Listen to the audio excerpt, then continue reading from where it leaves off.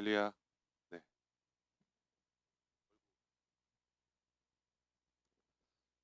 네. 우리 옆에 있는 분들과 함께 인사 나누겠습니다. 자, 오후에도 힘을 냅시다.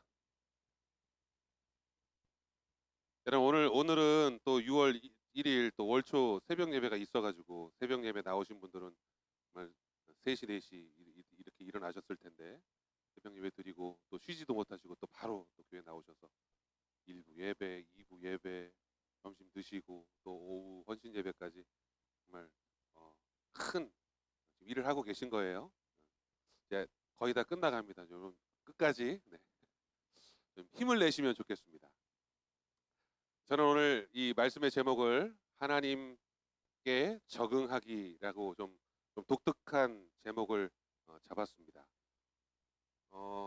제가 이제 우리 교회 온 지 이제 6월 달이니까요. 6월 달이 시작됐으니까 딱 6개월 된 거예요. 지금 12월 달부터 있었으니까. 제가 적응을 했을까요? 안 했을까요? 네? 감사합니다. 적응을 해가는 과정입니다. 그죠? 네. 완전히 적응했다 그러면 거짓말이고 적응하고 있는데 제가 이제 적응해 가는 과정 중에 있으니까 여러분들 위에서 기도 많이 해주시고 우리 세강교회 우리 교회에 잘 적응할 수 있도록 여러분들 옆에서 잘 협력해 주시기를 바랍니다. 제가 하나님께 적응하기라고 이렇게 제목을 잡았는데 사실 이 제목 들어보시면 신앙생활을 하는 데 있어서 정말 아주 중요한 태도를 말해줍니다. 그래서 오늘 저는 이 헌신 예배를 드리는 우리 삼유전도 회원들이 또 말씀을 통해서 정말 내 뜻이 아니라 정말 하나님의 뜻대로 주님의 뜻대로 살아가기를 완벽하게 적응하는 그런 진정한 성도 되기로 주님이 결단하는 그런 복된 시간 되기를 주님의 이름으로 축복합니다. 그런 결단을 위해서 우리 옷을 다 이렇게 입고 오셨는데 15분이라고 그러셨죠? 네. 우리 삼여전도가 교회에서 우리 큰 일을 감당할 귀한 기관으로 쓰임 받기를 바랍니다. 제가 오늘 그 아침에 나오면서 좀 피곤하죠. 여러분. 저는 이제 3시 한 20분 이렇게 일어나거든요. 평상시 주일 같았으면 여러분 어때요? 주일날에는 이제 새벽 예배가 없으니까 좀 6시 반 이렇게 늦게 일어났을 텐데 오늘은 주일인데도 불구하고 3시 이렇게 일어나니까 이제 새벽 예배를 갔다가 바로 그냥 나온 거거든요. 그러니까 피곤하죠, 여러분. 제가 여러분들 이 저녁 오후 시간에 재우지 않았으면 좋겠네요. 그죠? 네, 정신을 바짝 차리고 제가 열심히 나아가겠습니다. 믿음을 가지고 있는 우리 성도들의 신앙생활 중에 자주 하는 실수들이 하나 있습니다. 여러분, 저뿐만 아니고 신앙생활을 오래 하셨다고 말씀하시는 그런 분들 대부분을 보면 자주 하는 실수 하나가 있습니다. 그건 뭐냐면 하나님을 내 삶에 맞추는 것. 어떻게 보면 맞는 얘기 같지만 여러분 잘 생각해 보세요. 하나님을 내 삶에 맞추는 것. 왜요? 여러분 어떻게 보면 하나님과 내가 딱 맞아진다는 얘기 아닌가? 내 삶 하나님이 내 삶에 딱 오셔서 나와 딱 맞춰진다는 얘기 아니야? 좋은 거 아닌가요? 마치 어떤 한 쌍의 동전의 앞뒷면처럼 펜던트의 앞뒷면처럼 완벽하게 일치하는 모습.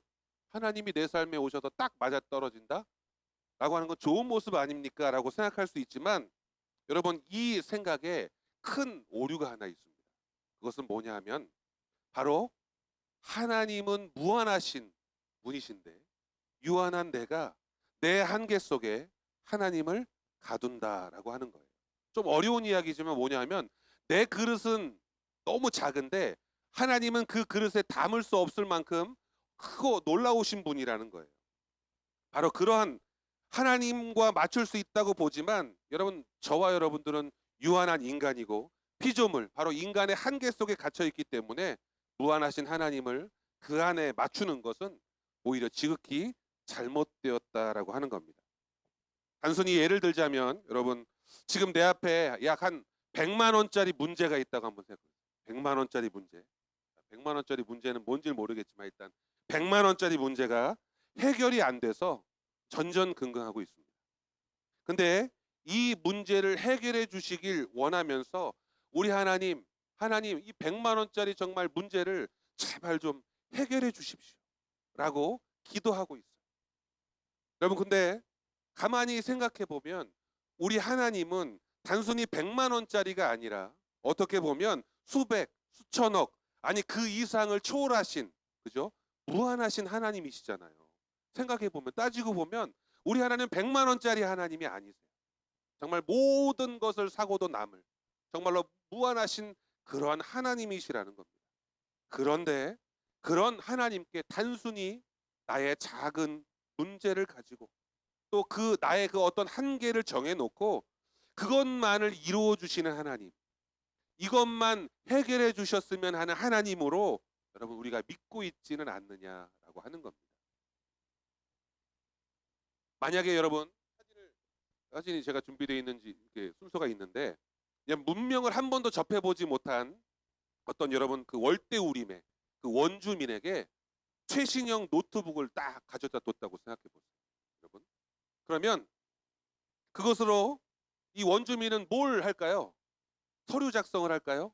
제가 생각컨대 저런 원주민들에게 최신형 노트북을 가져다 주면 그냥 뭐 돌을 깨는 데 쓰거나 아니면 딱딱한 바닥에 깔고 앉을 어떤 방송 용도로 쓰지 않을까 싶어요.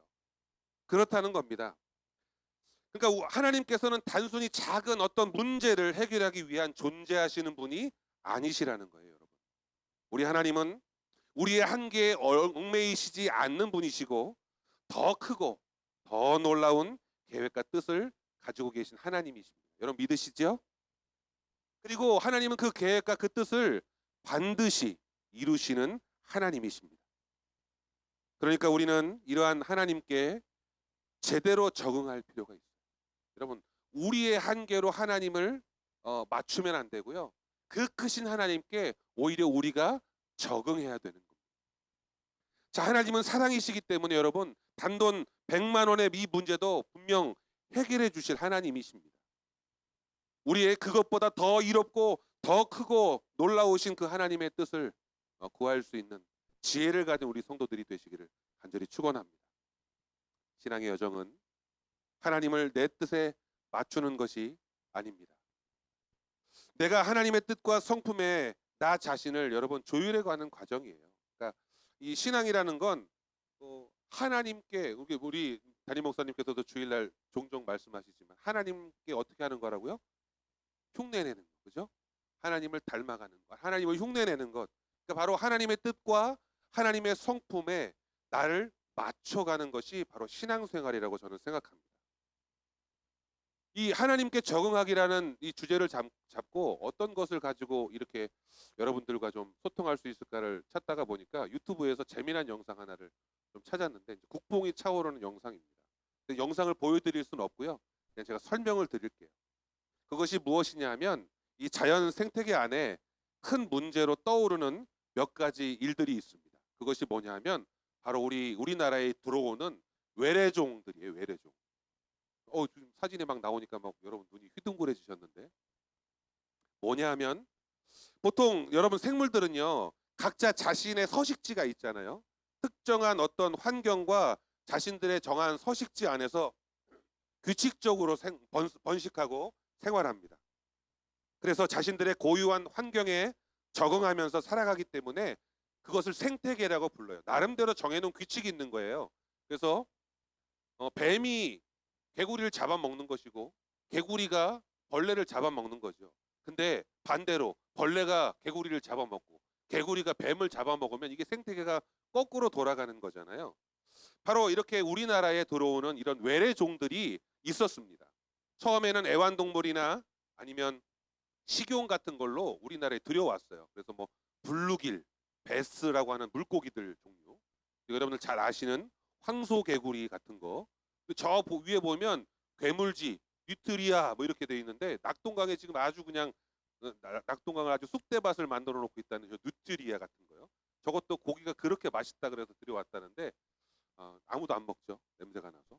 자, 그리고 저 밑에 있는 저 개는 톱날꽃게라고 하는 그런 개예요. 근데 개가 우리나라 개보다 많이 크고 저 꽃게 같은 경우에는 조개를 그렇게 잡아먹고 해조류를 그렇게 먹기 때문에 우리나라 자연 생태계에 큰 악영향을 미친다고 학자들이 이제 생각을 하고 있었습니다. 그런데 이러한 것들이 우리 자연 생태계에 유입되면서 우리가 적응을 못하는 거예요. 우리 생태계가. 큰 황소개구리, 덩치 큰 개구리가 왔는데 이 개구리를 잡아먹을 만한 어떤 자연 생물이 없는 거죠. 심지어는 이 개구리를 잡아먹어야 할 뱀이 황소개구리가 너무 덩치가 크고 내가 저것을 잡아먹어야 될까 말까를 고민하는 거예요. 그래서 울줄울줄하다가 반대로 황소개구리가 이 뱀을 우리나라의 이 살모사나 이런 뱀들을 잡아먹는 영상들을 아마 뉴스에서도 본 적이 있을 겁니다. 바로 이런 것처럼 막 이런 생태계의 교란이 벌어지게 되는 것. 근데요, 정말 다행스러운 건요, 우리나라 생태계가 이러한 외래종들로부터 다시 적응하기 시작했다는 겁니다.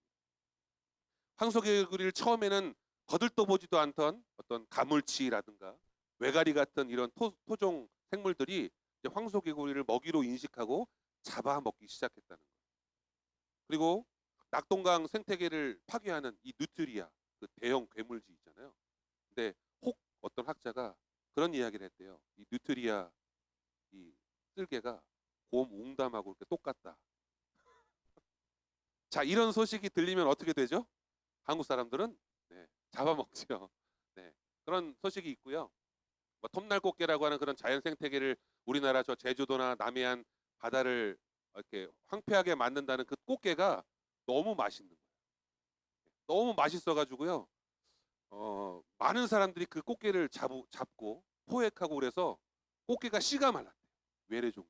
그래서 오히려 그 꽃게를 자연 양식을 해서 방사하는 일이 벌어졌다고 합니다. 그래서 그 톱날꽃게 외래종을요, 부산 청개 이렇게 이름을 바꿔서 우리 종처럼 이렇게 하고 있다는 거예요. 너무나도 다행스러운 거죠. 이처럼 환경이 적응해 가고 있는 모습. 바로 이것이야말로 하나님께서 어떻게 정해놓은 규칙이 아닐까 생각합니다.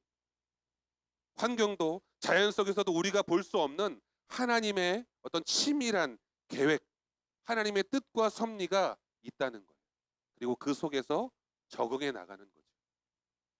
그것처럼 여러분, 우리는 우리가 원하는 길을 늘 가고 있다고 생각하지만 우리가 원하지 않더라도 오히려 최고의 목적지로 인도해 주시는 하나님의 섭리가 우리와 함께하고 있다는 걸 여러분들 믿으시기 바랍니다.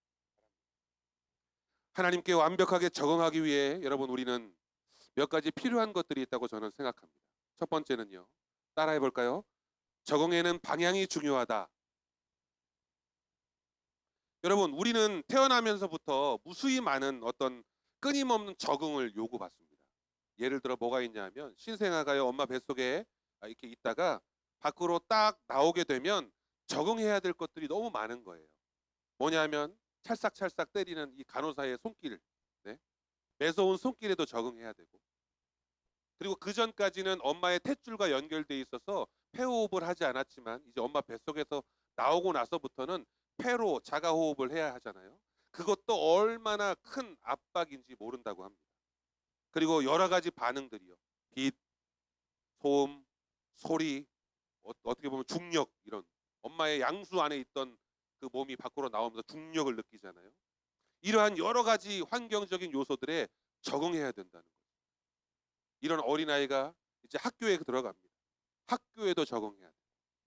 사회에 나아가면 사회에 적응하기 위해, 또 회사의 문화에 적응하기 돼야 되고, 결혼을 하려 치면 배우자와 또 가정에 적응해야 되는, 또 여러분들 나이 드신 분들은 경험하시겠지만 기술이 많이 진보되다 보니까 이런 스마트폰, 휴대폰 뭐 이런 것들 요즘 기계들에 익숙치 못한, 그래요. 기술에도 디지털 환경에도 적응해야 된다는 겁니다.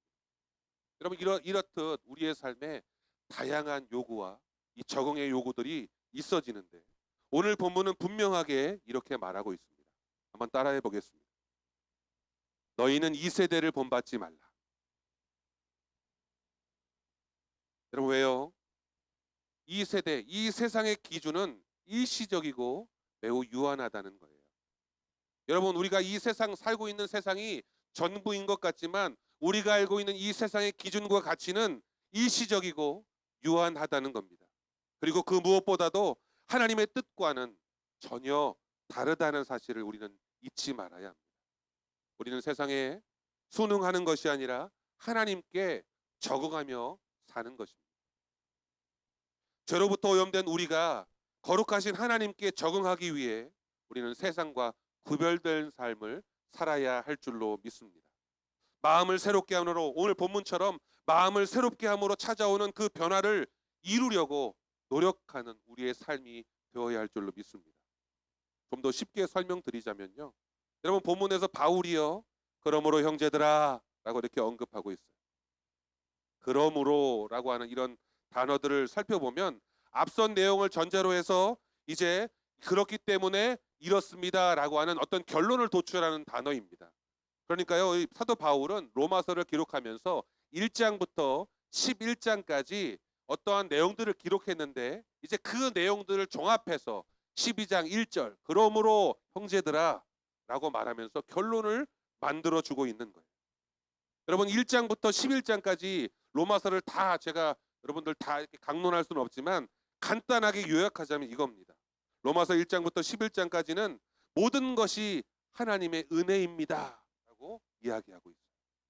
뭐라고요? 모든 것이 하나님의 은혜입니다.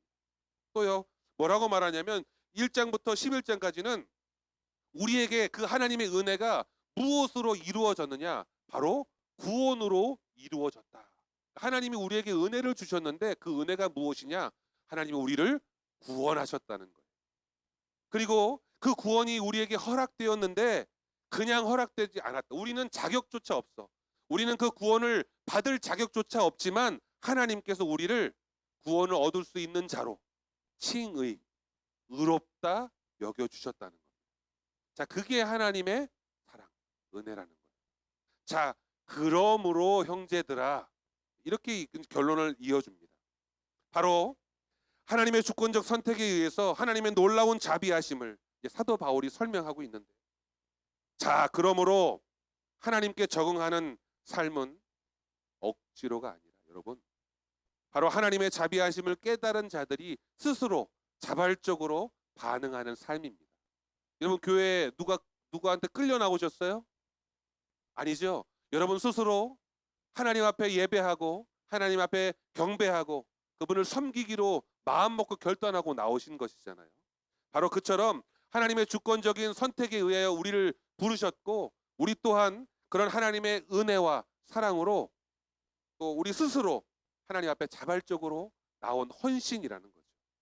바로 이것이 오늘 말하는 하나님께 적응하기에 어떤 기본적인 내용입니다. 만일 우리가 교회에서 직분을 받고 신앙생활을 하는데 은혜가 없다고 생각해 보세요. 내가 교회에 나와서 예배하고 직분을 받아서 봉사하고 섬기고는 있는데 그 시간, 그 모든 과정 속에 하나님의 은혜가 전혀 느껴지지 않는다고 여러분 한번 생각해 보십시오. 신앙생활을 통해 이루어야 할 내 삶의 변화는 어떨까요? 만약 은혜가 없다면 신앙생활을 통해서 거룩하게 의롭게 변화되어야 할 우리의 모습이 자연스러움이 아니라 의무적이 되어버린다는 겁니다. 좀 어려운 이야기지만 여러분, 그냥 내가 장로니까, 내가 안수 집사니까, 내가 권사니까, 내가 집사니까, 내가 어디 교회의 성도니까, 기독교인이니까 내가 이렇게 살아야지 라고 하는 의무적인 삶이 되어진다는 겁니다. 여러분 이건 하나님께 적응하는 온전한 모습이 아니에요. 결국 우리의 신앙은, 의무적인 신앙생활은 결국 우리의 삶을 지치게 만든다는 사실을 여러분들 기억하시기 바랍니다. 하지만 반대로 여러분 내 신앙생활이 매 순간 은혜가 넘치게 된다면 내 삶의 변화는 너무나도 당연한 것이 된다는 것 여러분들 기억하시기 바랍니다. 사실 제가 이제 오후 예배를 설교를 준비하면서 이번 주에 준비하면서 놀라운 사실을 하나 알았습니다. 뭔지 아세요? 설교를 45분까지 해야 된다는 거예요. 제가 전에는 정각이요. 예를 들어 4시까지 해야 되는 줄 알았어요. 그래서 15분을 제가 항상 늘 더 했거든요. 근데 목사님도 좀 길다고 얘기는 하셨지만 빨리 끝내라고 얘기는 안 하셔가지고 그냥 저는 4시까지 하는 줄 알고 설교를 4시까지 그냥 계속 끌고 갔단 말이죠. 근데 이번 주에 준비하면서 45분까지 해야 된다. 여러분 지금 33분입니다. 얼마 안 남았어요. 바로 오늘 우리의 삶 속에서 여러분, 저와 여러분이 어떤 위치에 있는지를 한번 생각해 보세요. 저와 여러분들이 물론 하나님의 은혜 안에서 지금 교회에서 신앙생활하고 믿음 생활하고 있지만 저와 여러분의 존재는요, 죽을 수밖에 없었던 죄인이라는 겁니다. 로마서가 강조하고 있는 거예요. 저와 여러분은 하나님의 구원에 도달할 수 있는 그런 자격 조건을 가지고 있는 존재가 아니었다는 겁니다. 그런데 하나님께서 바로 그런 죄인된 나를 구원해 주신, 우리 구원해 주시기 위해서 예수 그리스도를 이 땅에 보내주신 그 은혜, 여러분, 그 은혜가 얼마나 크고 놀랍겠습니까? 그러니까 저와 여러분은요, 그 은혜에 너무 기쁘고 감격해서 나오게 된 줄을 여러분 믿으시길 바랍니다. 그래서 지금이라도 당장이라도 죽어도 여한이 없겠다라고 충성하는 그런 결단과 변화가 우리 안에 있기 때문입니다. 6월이 충성의 달이긴 한데요, 여러분, 바로 그런 충성과 그런 헌신과 순종의 변화가 우리 사랑하는 귀한 성도님들, 특별히 오늘 헌신하기로 결단하는 우리 삼려전도회 회원들에게 있어지기를 바랍니다. 하나님 앞에 완벽하게 적응하기 위해 필요한 두 번째가 있다면 그것은 내 삶을 조율하는 겁니다. 오늘 본문에 보면 하나님의 선하시고 기뻐하시고 온전하신 뜻이 무엇인지 분별하도록 하라 라고 말씀하고 계십니다. 하나님의 뜻은 여러분 항상 선한 것에 있어요. 그래서 항상 선하지 않은 우리가 그 하나님의 선하신 뜻과 비교의 대상이 될 수 없죠. 그러니 항상 선하신 하나님의 뜻에 우리의 생각을 맞추는 것이 당연합니다. 내 생각이 옳다 고집하지 마시길 바래요. 내 마음의 결단, 내 의지가 중요하다, 여러분 이것에 목숨을 걸지 마시길 바랍니다. 하나님의 선하신 뜻과 생각에 내 마음과 삶을 맞춰 가시기를 바랍니다. 그런데요, 하나님의 기뻐하시고 온전하신 뜻이 무엇인지는 몰라서 그렇게 따르지 못하는 것 아닌가? 여러분, 사실 하나님의 뜻이 무엇인지를 몰라서 따르지 않는 게 아니라요, 우리의 마음, 하나님의 뜻을 알면서도 순종하지 않는 그런 불순종의 마음이 우리 안에 싹트고 있다는 것. 여러분, 이게 바로 우리 안에 있는 죄성입니다. 제가 오늘 본문의 예화로서 요나 선지자를 함께 살펴보려고 해요. 요나 선지자는 처음에는 하나님의 뜻을 순종하지 않고 반항하며 도망쳤습니다. 여러분, 그 결과로 인해 어떠한 일이 벌어지죠? 그 결과로 인해 바다 한가운데서 큰 폭풍을 만나게 됩니다. 그리고 이 폭풍이 누구로부터 온 것인지 여러분 제비 뽑았는데 누가 걸리겠어요? 요나가 걸리는 거죠. 그 요나가 선원들에게 말합니다. 이 모든 환란이 나 때문입니다. 나를 저 바다에 던지십시오. 그러면 이 풍랑이 멎을 것입니다. 여러분, 요나가 바다에 던져지게 됩니다. 여러분, 요나가 평상시 상상하지도 못했던 하나님의 인도하심의 방법. 그 전까지 요나는 하나님은 그저 나에게 일용할 양식을 주시는 하나님, 그냥 자다가 눈을 뜨게 되면 나에게 생명 주신 하나님 감사합니다, 그냥 이 정도로만 여겼을 그런 하나님이요, 오늘 요나를 통해 어떻게 역사하십니까? 풍랑 가운데 던져졌는데 큰 물고기가 자신을 삼키고, 그리고 하나님이 원하는 땅에 자신을 토해내놓는 어떻게 보면 놀라운 기적을 경험하는 거죠. 요나가 평상시에 상상하지 못한 방법으로 하나님은 요나를 니누의 앞으로 인도하십니다. 그러니까 여러분, 요나의 짧은 생각, 요나의 그 짧은 한계를 뛰어넘어서 하나님은 요나를 이끌고 계시다는 사실입니다. 그러니까요, 여러분, 우리 하나님은 저와 여러분은 자세히 알 수 없지만 바로 저와 여러분의 그 짧은 한계를 뛰어넘어서 하나님의 크고 무한하신 계획 속에서 우리를 인도하고 계실 줄 믿으시기 바랍니다. 니누의 성 안에는 하나님의 말씀대로 회개가 선포되어졌습니다. 사실 요나는 그 니누의 성 백성들이 탐탁치 않았어요. 자신의 원수된 사람들이니까요. 이 사람들이 하나님의 말씀을 듣고 회개하는 것도 그렇게 기쁘게 여기지 않았습니다. 그래도 하나님 말씀에 순종하는 셈치고 그들에게 복음을 전했어요. 회개하라. 하나님이 이 성읍을 멸하시려 하신다. 여러분, 그러자 수많은 사람들이 마음을 돌이키고 회개하여 하나님 앞에 자복하고 눈물을 흘렸습니다. 여러분, 여전히 요나는 하나님의 이 계획을 깨닫지 못하고요, 저 동산의 나무 그늘에서 이제 이 니느웨가 어떻게 멸망하는지를 보려고 하는 거예요. 요나의 마음속에는 어떠한 결론이 이미 나 있어요. 니느웨는 멸망할 거다. 그런데 하나님은 뭐라고 말씀하십니까? 저들이 어떻게 되는지 보기 위해 나무 덩굴 밑에 자리 잡은 그 요나의 모습, 알면서도 순종하지 않으려는 우리의 고집스러운 모습과 다르지 않다는 겁니다. 하나님께 적응하는 것, 하나님께서 원하시는 변화를 이끌어내는 것은 항상 어려워요. 신앙생활이라는 건 정답도 없는 것 같습니다. 교회 강단에서 하나님의 말씀이 여러분 선포되어질 때 그 말씀은 들으면서도 그 말씀대로 행하며 지키며 사는 것은 쉽지 않잖아요. 무엇 때문입니까? 여러분, 그것은 저는 이렇게 생각합니다. 주일날 설교 말씀을 듣고 뭐 성경 공부를 하고 그래서 하나님의 뜻이 무엇인지를 듣긴 하지만 그것을 통해서 변화되는 것이 쉽지 않은 이유는 익숙한 것을 버리고 익숙치 않은 것을 받아들여야 하기 때문이라고 저는 생각해요. 이게 무슨 이야기냐? 여러분, 그러한 것들조차 반복해서 자주 우리 생활에 신앙생활의 영역 안에 들어놓으면 결국 그 말씀 한 구절 한 구절이 정말 우리에게 익숙하게 되는 겁니다. 익숙하진 않지만 그것을 자주 반복하고 습관적으로 행하면 그것이 익숙하게 되고 그 익숙함을 통해서 하나님의 은혜를 깨닫게 된다는 것. 바로 이것이 우리에게 주시는 놀라운 하나님의 은혜요 축복입니다. 요한복음 14장 27절에 보면 이렇게 말씀하고 있습니다. 내가 너희에게 평안을 주노라. 내가 주는 평안은 세상이 주는 것과 같지 아니하니라. 하나님께 나를 맞추면 처음에는 낯설고 고통스러울 때가 있지만 그 이후에는 세상이 줄 수 없는 참된 자유와 여러분 평안을 맛보게 됩니다. 하나님께 완벽하게 적응하게 되면 이제 지금껏 내 작은 소견으로 바라보았던 그 일들이요, 하나님의 너무나도 크고 놀라운 시선으로 확대되는 겁니다.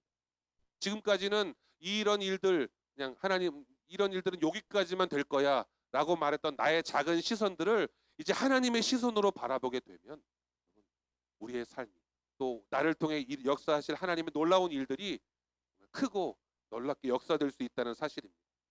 과거의 나였다면 지금 나의 입에 집어넣은 것들을 또 무엇을 먹을까 무엇을 입을까를 고민했었다면 하나님의 능력을 경험한 사랑하는 성도들은 이제는 그런 작은 일이 아니라 하나님의 영광을 위하여 하나님의 나라를 위하여 쓰임받기로 결단하는 그런 결심이 우리의 심령 가운데 있게 됩니다. 그래서 여러분 말씀은 뭐라고 말합니까? 하나님의 능력을 경험한 성도들은 이방인들이 구하지 아니하는 것들 무엇을 먹을까 무엇을 입을까를 걱정하지 않고 뭐예요? 먼저 그의 나라와 의를 구한다라고 말합니다. 바로 그런 삶을 살아가는 우리 복된 성도들 되시기를 주님의 이름으로 축원합니다. 말씀을 정리하려고 합니다. 오늘 말씀은 나를 향한 하나님의 뜻을 보여주는 것이기에 하나님의 말씀이 선포되어지는 자리를 사모하고 또 그곳에 나를 맞추기를 간절히 바랍니다. 여러분, 오늘 기도는 하나님을 설득하는 것이 아닙니다. 하나님께 설득당하는 우리의 모습이라고 할 수 있습니다. 그래서 기도는 나를 위해서가 아니라 하나님을 위해서 또 하나님의 시선으로 기도할 것들을 찾아 부르짖는 우리 모습이 되기를 바랍니다. 말씀을 마치고 함께 기도하는 시간을 가질 텐데 이런 말씀처럼 우리가 그런 사람 되기를 주님의 이름으로 축복합니다. 하나님은 우리가 속한 교회 공동체를 통해서 우리 안에 남아있는 그런 어떤 자아들을 깨뜨리고 훈련되고 인내를 배우기를 원하십니다. 그렇기에 불편한 상황도 또 불편한 사람도 나를 하나님께 적응시키기 위한 도구로 쓰여지는 겁니다. 우리 사랑하는 성도 여러분, 교회 안에는요 신앙생활을 하다 보면 우리가 생각하지 못한 상상하지도 못할 놀라운 것들이 예비되어져 있습니다. 우리가 믿고 예배하는 하나님은 우리의 작은 기준과 잣대로는 판단할 수 없는 크고 놀라우신 하나님이라는 걸 결국 알게 됩니다. 자꾸 보잘것없는 한계로 일을 하려고 하니까 고집부리다 보니까 감당할 수도 없고 헤아릴 수도 없다는 거예요. 빨리 우리는 하나님의 기준을 찾고 적응하고 순종하기로 결단하는 우리 성도들이 되어야 할 줄로 믿습니다. 어쩌면 우리는 작은 우간다 산골에 그 작은 아이 한 명을 위해 헌신한 것 같지만 하나님께서는 그 작은 아이 한 명을 통해서 죽어가는 수백, 수천의 그 많은 우간다 영혼들을 살리시기로 작정하신 하나님의 계획이 있으실 수도 있습니다. 우리는 작은 일 하나에 순종한다고 여기지만 하나님은 그 작은 일 하나를 통해서 우리가 헤아리도 못한 놀랍고 큰 역사들을 이루어 나가시기로 작정하고 계시다는 사실입니다. 우리 하나님은 참으로 어마어마하신 하나님입니다. 자, 오늘 여러분은 저와 그런 하나님을 함께 믿어 나가기로 결단하는 겁니다. 오늘도 내 고집과 내 계획은 내려놓고 주님의 뜻과 계획에 순종하며 살아가기로 주님의 이름으로 축원합니다. 주의 말씀에 늘 순종하면서 마음을 새롭게 하여 변화를 시작하는 우리 성도들 되기를 축원합니다. 나의 작은 한계를 뛰어넘고 지금도 충만히 채우시는 그런 역사를 이루어내시는 우리 하나님을 주인으로 고백하는 사랑하는 모든 성도 되시기를 주님의 이름으로 간절히 축원합니다. 우리 오늘 아까 우리 중고등부 학생들과 불렀던 찬양 중에 내 안에 가장 귀한